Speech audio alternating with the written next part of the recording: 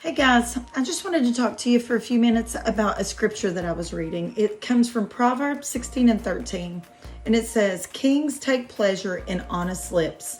They value a man who speaks the truth." What do you think that means? When we're thinking about the Bible and the scriptures, and we're thinking about a king taking value in us speaking truthfully, what king do you think we're talking about? Yeah, you're right. We're probably talking about God. And what does it mean when it says that a king has value in a man who speaks the truth? What does it mean to speak the truth? What do you think that means? Yeah, to say things that are honest, or to say things that are real, or that are not a lie. Right, you're exactly right. So what are some words that you can use to explain what the word dishonesty means then? Got any? Got any ideas? Well, let's think. If you're dishonest, then you're probably telling lies. You're being sneaky. Maybe you're not being fair. You're not trustworthy. Maybe you cheat a lot. Are those things that we want to be or that we should be? No, you're right. Those are not good things for us to be. Do you think those things would make God happy? Nope, you're right. He doesn't get happy when we are dishonest, or when we lie, or when we sneak, or when we're not fair, or when we put ourselves in places where people can't trust us. So when I was thinking about this scripture, I started thinking about a story in the Bible about a man named Zacchaeus. Have you heard of Zacchaeus?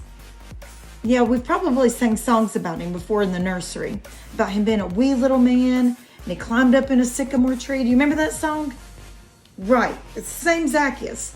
So Zacchaeus was known by all of the people in his town as being dishonest. You see, he was a pretty rich man. He had lots and lots of money.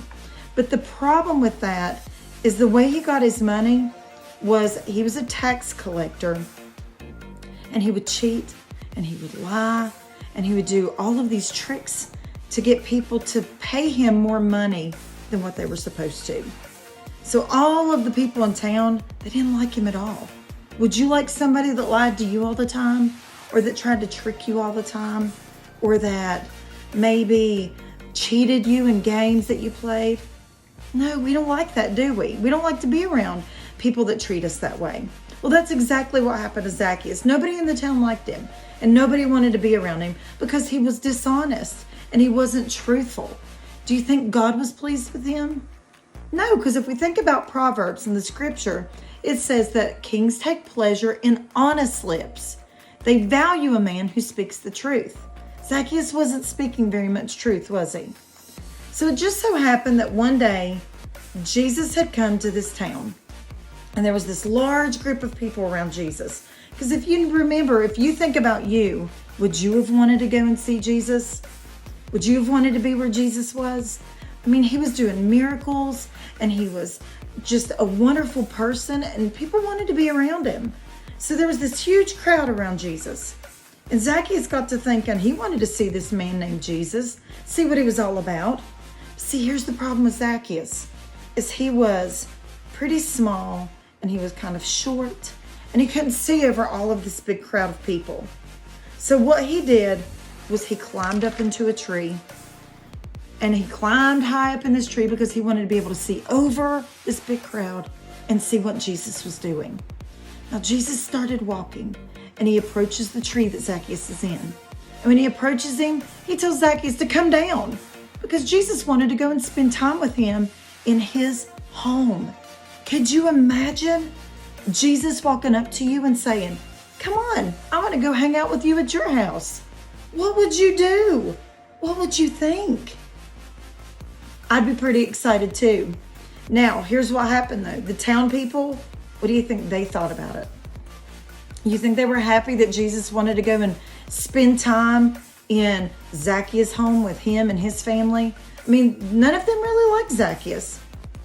No, they weren't very happy. They could not believe that Jesus would go spend time with this terrible sinner. But Zacchaeus did something really surprising to everybody. He said, "Lord, I will give half of my possessions to the poor. And if I cheated anybody, I want to pay him back 4 times that amount. So all of a sudden, just by being in the presence of Jesus, what happened to Zacchaeus? Did he stay exactly the same? Did he want to change? Did he want to be better? Yeah, just by being in God's presence, we want to be better people than what we are now.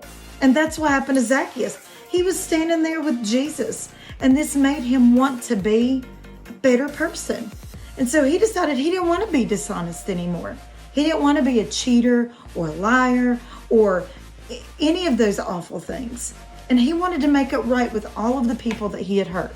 So he wanted to pay them back more than what he stole from them or cheated from them. And so he says, this is what I'm going to do.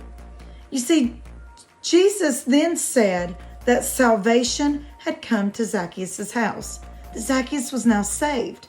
And Jesus says that he came to save anyone who is lost. That could be me or you or anybody. Jesus wants to know us all. No matter what sin we've done, Zacchaeus was a terrible person. Nobody liked him, but Jesus still loved him. And Jesus still wanted to come to know him and to save him, no matter what things he had done in the past.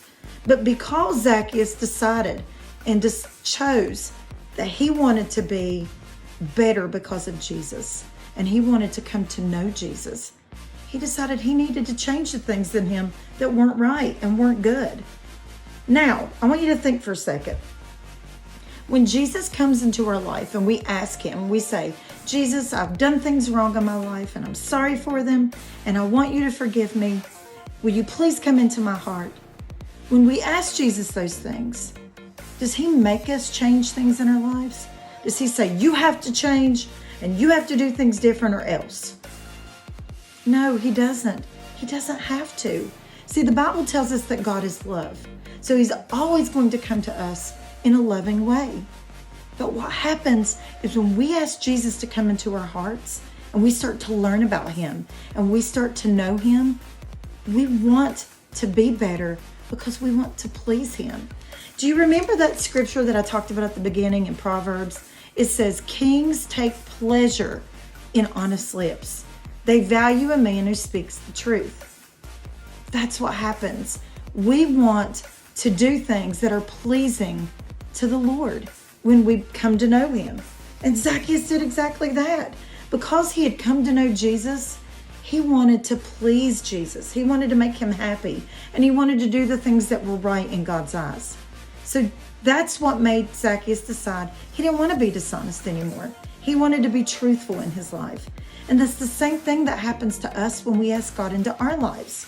So I want you to remember that scripture, Proverbs 16:13. Kings take pleasure in honest lips, and they value a man who speaks the truth. If you have a problem with maybe telling lies, or maybe cheating, or being unfair, or not being trustworthy, maybe now's a good time for you to ask God to come into your heart and to forgive you for those things and to help you as you decide that you want to be better so that you can do things pleasing to God. He'll help you. We just have to ask him. So, you guys, have a good day. There's going to be a puzzle that's going to be attached at the bottom of this video. Maybe you can have a grown-up print it off for you and you can work that puzzle. It has something to do with our scripture we talked about today. Have a great week, guys.